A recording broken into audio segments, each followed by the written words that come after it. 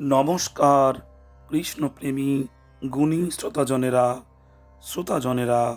নববর্ষ মানে বাঙালির সেজে ওঠার উৎসব। গয়নার অলঙ্কারগুলির অলঙ্করণের মধ্যে রয়েছে গভীর অর্থ। প্রাচীনকাল থেকেই মানুষ শুধু সৌন্দর্যের জন্য নয়, বরং বিশ্বাস, সুরক্ষা ও পরিচয়ের চিহ্ন হিসাবে গয়না ব্যবহার করে এসেছে। ফুলের নকশা যেমন প্রকৃতির কোমলতা ও জীবনের ক্ষণস্থায়িত্বকে ধারণ করে, তেমনি পদ্ম বা গোলাপের অলঙ্কারে জড়িয়ে থাকে দেবী সত্তা ও প্রেমের মিথ। মুঘল শিল্পে সূক্ষ্ম ফুলের নকশা এক স্বর্গীয় বাগানের কল্পনা তৈরি করেছিল, যেখানে গয়না হয়ে ওঠে চিরন্তন সৌন্দর্যের প্রতীক। আবার প্রাণী বা সাপের নকশা আমাদের টেনে নিয়ে যায় এক আদিম বিশ্বাসের জগতে, যেখানে সাপ পুনর্জন্ম, শক্তি ও রহস্যের প্রতীক। হাতি জ্ঞান ও সৌভাগ্যের, আর মাছ উর্বরতা ও প্রাচুর্যের ইঙ্গিত বহন করে। এই সব নকশা আসলে মানুষের সেই প্রাচীন টোটমিক চেতনারই আধুনিক প্রতিফলন, যেখানে প্রকৃতি ও মানুষ এক অবিচ্ছেদ্য বন্ধনে আবদ্ধ। শ্রোতাজনেরা, বাংলার গয়নায় প্রাণী ও পৌরাণিক প্রতীকও বিশেষ গুরুত্ব পায়। মাছের নকশার দুল বা হার বাঙালির খাদ্য সংস্কৃতি ও নদীমাতৃক জীবনের প্রতীক। উর্বরতা, প্রাচুর্য ও শুভ লক্ষণও বহন করে। ময়ূরপঙ্খী হার বা পেখম দুলে ময়ূরের রূপ শুধু সৌন্দর্য নয়, বরং ভক্তি ও কৃষ্ণ কথার স্মারক। আবার সাপের নকশার বাহুবন্ধ বা নাগবালা প্রাচীন তান্ত্রিক বিশ্বাসের ধারক, যেখানে সাপ শক্তি, কুণ্ডলিনী ও পুনর্জন্মের প্রতীক। টিকলি বা কপালের অলঙ্কার, যা মাঙ্গলিক চিহ্ন হিসেবে কপালে বসে, একদিকে সৌন্দর্য বাড়ায়, অন্যদিকে তৃতীয় চক্ষু ধারণার সঙ্গে যুক্ত হয়ে আধ্যাত্মিকতার ইঙ্গিত দেয়। এমনকি রতনচূড়, আঙুল থেকে কবজি পর্যন্ত বিস্তৃত অলঙ্কার একই সঙ্গে শৃঙ্খলা ও সৌন্দর্যের প্রতীক। অন্যদিকে বাংলার গয়নায় রত্ন, জ্যামিতি ও আচার মিলেমিশে এক গভীর দার্শনিক স্তর তৈরি করে।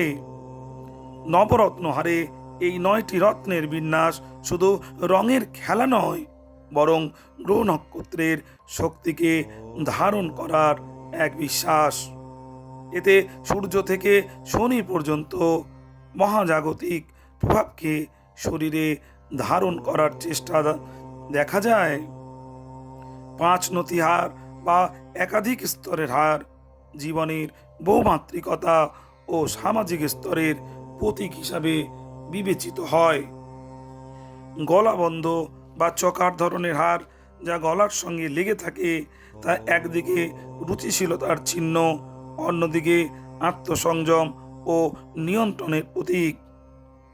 এইসব গয়না কেবল অলঙ্কার নয়, এগুলি উত্তরাধিকার, স্মৃতি ও বিশ্বাসের ধারক। বাংলার গয়নার ভাণ্ডারী এতই সমৃদ্ধ যে প্রতিটি অলঙ্কার যেন এক একটি গল্পের দরজা খুলে দেয়। কানের গয়নার মধ্যে কান পাশা বিশেষভাবে উল্লেখযোগ্য। এটি কানের লতিতে বসে থাকে এবং প্রায়ই বড়, গোল বা ফুলের মতো নকশায় পরিণত হয়। এর বিস্তৃত রূপটি যেন পূর্ণতার প্রতীক, আর এর সূক্ষ্ম খোদাইয়ে দেখা যায় পদ্ম, শঙ্খ বা লতার নকশা। বালি বা গোলাকার দুল, যার সারল্য এক চিরন্তন সৌন্দর্যের কথা বলে, তা বাংলার নিজস্ব অলঙ্করণ। শ্রোতাজন, মকরমুখ বালা বাংলার আরেকটি ঐতিহ্যবাহী অলংকার, যেখানে বালার দুই প্রান্তে মকর বা পৌরাণিক জলজ প্রাণীর মুখ খোদাই করা থাকে। হাত ও আঙুলের গয়নাও রয়েছে নানান প্রতীকী অর্থ। বাউটি, বাহুতে পরার অলংকার, প্রাচীন বাংলায় শক্তি ও সৌন্দর্যের মিশ্র প্রতীক ছিল। এর নকশায় প্রায়ই সাপ বা লতার মতো বক্ররেখা দেখা যায়, যা কুণ্ডলিনী শক্তির ইঙ্গিত দেয়। পয়লা বৈশাখে বাংলার এই নিজস্ব অলঙ্করণ সমৃদ্ধ অলংকারগুলি দেখলে বোঝা যায় এগুলির মধ্যে লুকিয়ে আছে মায়ের গল্প, দিদিমার স্মৃতি, কোনো অজানা কারিগরের নিঃশব্দ শিল্প সাধনা। তাই গয়না এখানে শুধু রূপের নয়, বরং ইতিহাস, মিথ ও আত্মপরিচয়ের এক গভীর জীবন্ত প্রতীক। গুণী শ্রোতাজনেরা, ভিডিওটি যদি আপনাদের ভালো লেগে থাকে, চ্যানেল নতুন হলে সাবস্ক্রাইব করতে ভুলবেন না, আর বেশি বেশি শেয়ার ও লাইক করে দিন। শুভ নববর্ষ। নমস্কার।